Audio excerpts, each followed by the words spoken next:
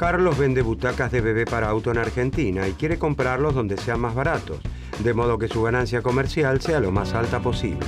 La fábrica de butacas de bebé para auto de Italia, con mayor tamaño, equipamiento moderno y tradición industrial, produce con costos relativamente bajos y puede vendérselas a Carlos a 300 pesos cada una y así obtener una ganancia. La fábrica argentina, que no cuenta con equipamiento de última generación, no alcanza el mismo nivel de eficiencia, sus costos de producción son mayores y no puede vendérselas a Carlos a menos de 500 pesos para obtener una ganancia. Carlos, buscando comprarla lo más barato posible para ganar el máximo con la reventa, optará por comprarlas en Italia. Carlos piensa en su beneficio comercial. ¿Puede el Estado argentino tomar alguna medida para revertir esa lógica comercial y favorecer el desarrollo de su industria? ¿Qué pensador puede aportar alguna solución al conflicto?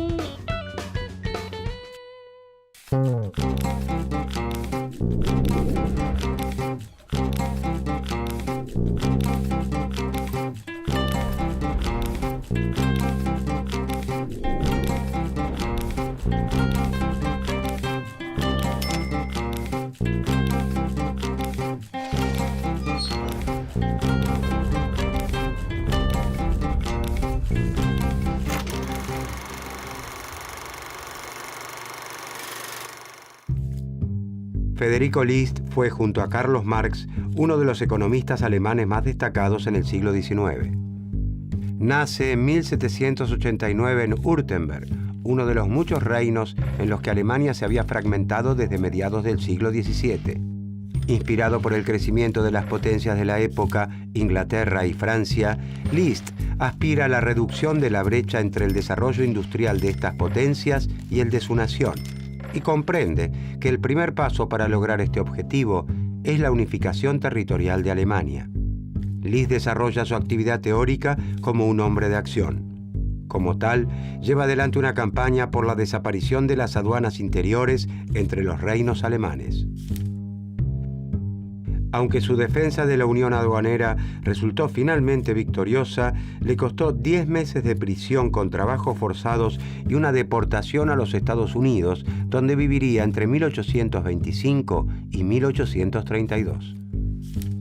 En Estados Unidos, List toma contacto con la obra de Alexander Hamilton, quien fomenta la protección de las industrias nacionales a través del Estado. Esto lo impulsa a defender el proteccionismo para la subdesarrollada industria de Alemania y la extensión de su sistema de ferrocarriles. En 1841 publica su obra fundamental llamada Sistema Nacional de Economía Política. La obra de List se enmarca en la escuela historicista o histórica de economía. Esta corriente de pensamiento, representada principalmente por alemanes, proponía basar la ciencia económica en el estudio de la historia social, en lugar de deducir leyes sistémicas como lo hacían los clásicos ingleses. Los últimos días de List son desafortunados. Pierde muchas de sus propiedades en la crisis financiera que azota a Estados Unidos en aquel tiempo, enferma y finalmente se quita la vida en 1846.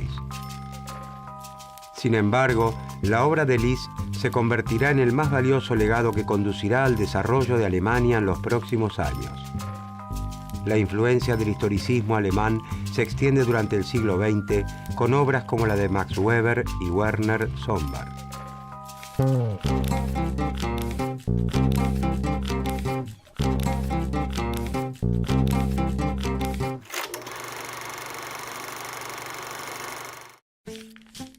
Desde los inicios de la Revolución Industrial, el Reino Unido y Francia contaron con territorios consolidados y aún con colonias de ultramar para desarrollar sus mercados. Los territorios vinculados por el idioma alemán, en cambio, se hallaban fragmentados en 39 reinos independientes que constituían, desde 1815, la Confederación Germánica. La constante puja por el predominio de la Confederación entre sus dos principales miembros, el Reino de Prusia y el Imperio Austríaco, debilitaba a los reinos más pequeños y demoraba de forma notable la conformación de Estado-nación modernos. En 1834, y bajo la influencia de Prusia, se crea una unión aduanera o Zollverein, a la que se suman todos los reinos de la Confederación, excepto Austria. Los integrantes de esta unión mantienen sus fronteras, pero reducen las barreras arancelarias entre sí, de modo que se fomentan los vínculos económicos y se gana cierta cohesión política entre ellos. La unidad alemana se consolida en 1871, tras 2 guerras que unifican a los reinos de la Unión bajo la hegemonía de Prusia, constituyendo el Imperio alemán y excluyendo definitivamente a Austria del conjunto. Por lo tardío de su unidad, Alemania se industrializa con un retraso importante frente a las potencias económicas de la época, aunque contando con importantes elementos a su favor: cuantiosos recursos naturales, una fuerte tradición en la confección de manufacturas y un sistema educativo avanzado con bajas tasas de analfabetismo. En 1835 se inicia la construcción de ferrocarriles y el desarrollo de industrias siderúrgicas y mecánicas. 2 décadas después, las industrias alemanas ya fabrican desde las locomotoras hasta los rieles. Con la expansión de las industrias pesadas, se genera la infraestructura necesaria para el desarrollo de las manufacturas destinadas al consumo, y mucho antes de iniciarse el siglo XX, ya es claro que Alemania vive el proceso de industrialización más exitoso de Europa continental. Este notable crecimiento no se produce espontáneamente, sino a través de un fuerte impulso de la industria pesada por parte del Estado, que también protege con aranceles a las manufacturas domésticas destinadas al consumo. El relativo éxito de esta política, junto a la evidente expansión económica y militar del Imperio alemán, harán que a fines del siglo XIX esta nueva potencia se transforme en una amenaza para el equilibrio internacional instaurado por Inglaterra.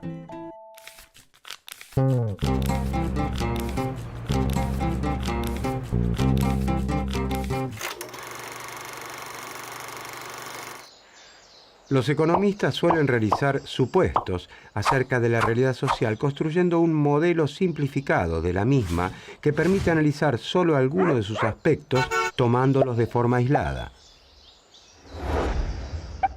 Este procedimiento es similar al que se realiza en las ciencias naturales, cuando se eligen los elementos que se utilizarán para un experimento y se los aísla en un entorno que cumple ciertas condiciones. Los modelos son a veces útiles para el análisis de aspectos particulares de la realidad social, ya que en este campo los experimentos no tienen sentido científico. Sin embargo, cuando los supuestos se encuentran alejados de la realidad, los análisis pierden sentido y las conclusiones derivadas de ellos fracasan en explicar lo que pretendían. Los historicistas reclaman una mayor aproximación de la teoría económica a la realidad social y critican la elevada abstracción de la ciencia económica tal como la practican los clásicos del Reino Unido. Afirman que los fenómenos sociales están interrelacionados por naturaleza y por lo tanto solo pueden entenderse como una unidad.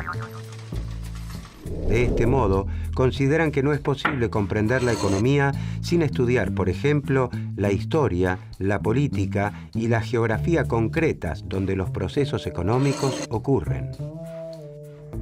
Los historicistas se oponen también a la pretensión de establecer leyes económicas universales que ven reflejadas en autores como Adam Smith. Afirman que si bien es posible identificar ciertas regularidades económicas, debe quedar en claro que su validez no es universal, sino que dependen de las condiciones históricas y geográficas en las que actúan. La escuela histórica alemana también discute con los clásicos la suposición de que los seres humanos solo se mueven como agentes individuales movidos por su interés personal. Los historicistas sostienen, en cambio, que los móviles de la actividad humana son variados, múltiples y complejos. No solo nos conducimos por la búsqueda del enriquecimiento, el interés personal y el egoísmo, sino también, por ejemplo, por la vanidad y el éxito. Incluso existen móviles más desinteresados, como la solidaridad ante el sufrimiento del prójimo y el deseo de ser útiles a la sociedad. Aislar solo uno de estos móviles para los historicistas es exponerse a conclusiones erróneas. Incluso suponiendo que el hombre busque ante todo su interés personal, es evidente que son muy pocos aquellos que pueden conocer acabadamente qué es lo que más les conviene. ¿Cuántas veces tomamos decisiones contra nuestro propio interés?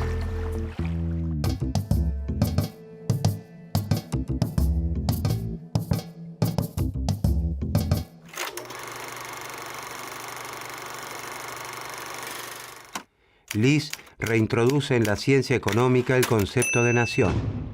Considera que el análisis económico de los autores clásicos soslaya la división del mundo en naciones independientes con intereses particulares. Según List, el potencial de una nación no surge de la reunión de las capacidades de todos los individuos que la integran tomados aisladamente, sino que depende principalmente del estado social y político y del grado en el que la nación, como un todo, ha avanzado en la división del trabajo. La humanidad no se compone por individuos aislados, sino por naciones. Entre el individuo y el género humano existe para List la nación, con su lengua particular, su literatura, su origen y su historia propios, con sus costumbres y sus hábitos, sus leyes y sus instituciones, con sus pretensiones a la existencia, a la independencia, al progreso y con su territorio bien definido. De esta manera puede comprenderse de qué manera las naciones, que son florecientes, han logrado tal grado de poderío y prosperidad, o por qué motivo otras naciones han perdido su pujanza de otro tiempo. De hecho, dice List, la protección de la industria implementada por Inglaterra, mediante reglamentaciones comerciales, hasta transformarse en la economía más eficiente del mundo, ha afectado a la industria alemana. Las exportaciones baratas inglesas, que ahora reclaman el libre cambio, han limitado el desarrollo de la industria nacional alemana. List parte de la concepción de nación como entidad distinta a la suma de los ciudadanos. Cree que no es cierto que lo mejor para el comerciante individual sea lo más conveniente para el país, como propiciaba David Ricardo, y que las naciones subordinan los intereses de sus ciudadanos a sus propios intereses nacionales. Por lo tanto, una nación debe procurar construir un todo completo que mantenga relaciones comerciales con otros países de acuerdo a sus propios intereses como sociedad. Y para eso, deberá desentrañar cómo, en la situación actual del mundo, puede avanzar en su proceso de desarrollo.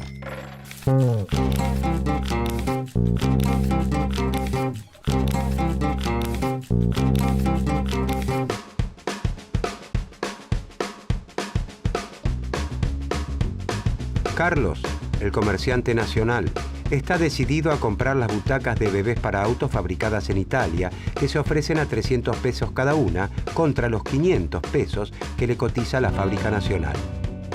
Es evidente que su decisión está basada en la ganancia comercial que puede obtener con la reventa, pero también se sustenta en la calidad del producto. Pero entonces, el Estado argentino decide apoyar las actividades relacionadas con la seguridad vial y se propone desarrollar las industrias nacionales relacionadas con esa política que quiere atender. No es un cambio que se dará inmediatamente, pero se supone que, disponiendo de un mercado más grande y ganando escala de producción, la producción nacional va a ir mejorando. Por eso, como primera medida, el Estado argentino cobra un impuesto a las butacas importadas de 300 pesos.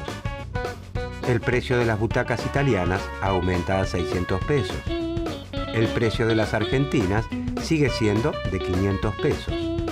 Carlos elige las butacas nacionales por el precio, pero está disconforme cuando compara la calidad del producto local con la del importado.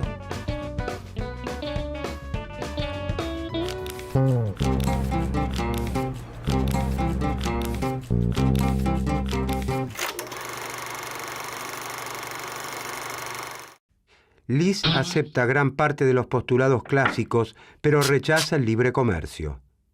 Cree que los países que tienen potencial para explotar y fortalecer sus industrias deben abrazar el proteccionismo.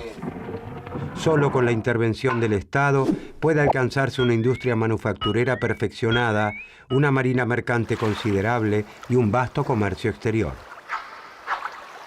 List dice que el libre comercio es muy conveniente para los países atrasados y sin potencial de desarrollo.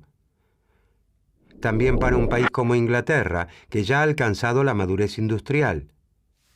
Los pensadores ingleses Adam Smith y David Ricardo propician el libre comercio porque luego de utilizar impuestos a las importaciones y restricciones a la navegación, Inglaterra había logrado alcanzar tal capacidad manufacturera y de transporte por mar que ninguna otra nación del mundo podía hacerle competencia. Desde esa posición del liderazgo mundial, los pensadores ingleses alentaban a la especialización de las naciones en aquellos bienes que elaboran mejor. De esta manera, cuando cada país se especializa en lo que hace de forma relativamente más eficiente e importa el resto de los bienes, se establece una división internacional del trabajo que beneficia a todas las naciones.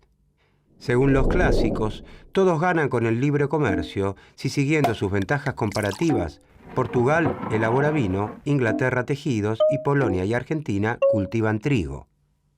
Pero Liz advierte que las ventajas comparativas no son datos de la naturaleza, sino el producto de su historia. Por ejemplo, hacia principios del siglo XIX, Portugal se especializa en la elaboración de vino, Inglaterra en tejidos y Argentina y Polonia en la producción de trigo.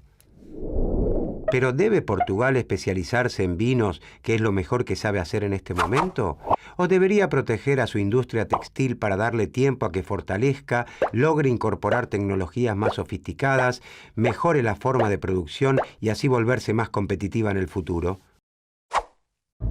Liz está a favor del libre comercio solo en el caso de que dos países que participan del intercambio gocen de igual nivel de desarrollo en materia de industria, comercio y navegación.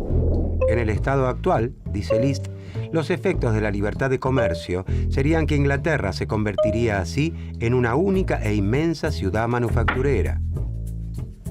Según su análisis, el liberalismo es en realidad una mera justificación de los intereses industriales de Gran Bretaña, que utilizaron el proteccionismo y las restricciones a la navegación para alcanzar un nivel de desarrollo tal que ninguna nación puede sostener la libre competencia con ella. En otras palabras, gracias a la escalera de la protección, han podido trepar al desarrollo industrial y una vez arriba, patean la escalera abogando por la libertad de comercio, de modo que el resto de las naciones no puedan subir tras ellos. La potencia económica de la nación, dice List, no se debe evaluar en términos de la riqueza o de los bienes materiales de que dispone en un momento dado, sino de la fuerza o capacidad productiva con la que cuenta. Algunos países pueden ser potencialmente muy ricos e ignorarlo por no haber podido explotar sus recursos. Por lo tanto, es más importante concentrarse en cómo llegar a ser que en lo que se es en un momento dado. El poder de generar riqueza es infinitamente más importante que la riqueza misma. Por lo tanto, la política debe concentrar sus esfuerzos en desarrollar las fuerzas productivas y no en procurar el bienestar inmediato. Y la forma de desarrollar el potencial de un país, avanzando de los estados con menor nivel de desarrollo al nivel de una nación preponderante, es al amparo de una protección contra la competencia extranjera, y esto se logra mediante tarifas aduaneras o prohibiciones que encarecen los bienes importados. Sin embargo, el proteccionismo a la industria es visto por Liz como un medio y no como un fin en sí mismo. Debe aplicarse en aquellas actividades que requieren importantes inversiones en equipamiento, conocimientos técnicos, destreza, experiencia y un gran número de brazos, y debe hacerse como una política transitoria. Aunque transitoria no significa breve, y no todas las ramas de la industria deben protegerse por igual, los aranceles protectores deben ser retirados cuando se alcance un grado de competitividad internacional suficiente.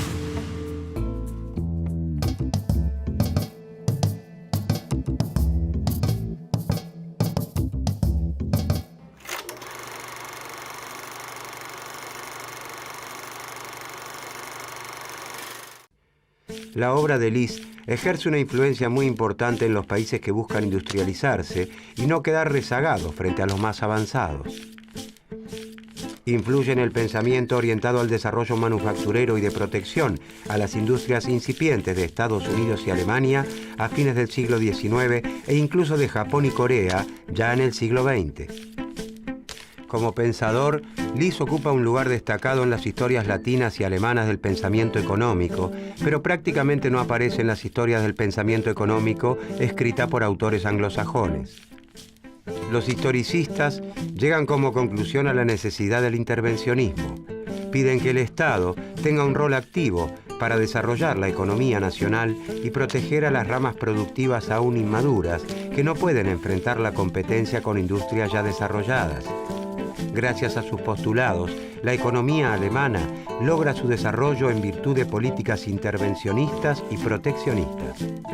Los historicistas sostienen la importancia del conocimiento histórico y cultural, atacando el método puramente lógico, la elevada abstracción y la falta de realismo de los economistas clásicos. Su permanente demanda de más estudios empíricos les confiere plena actualidad.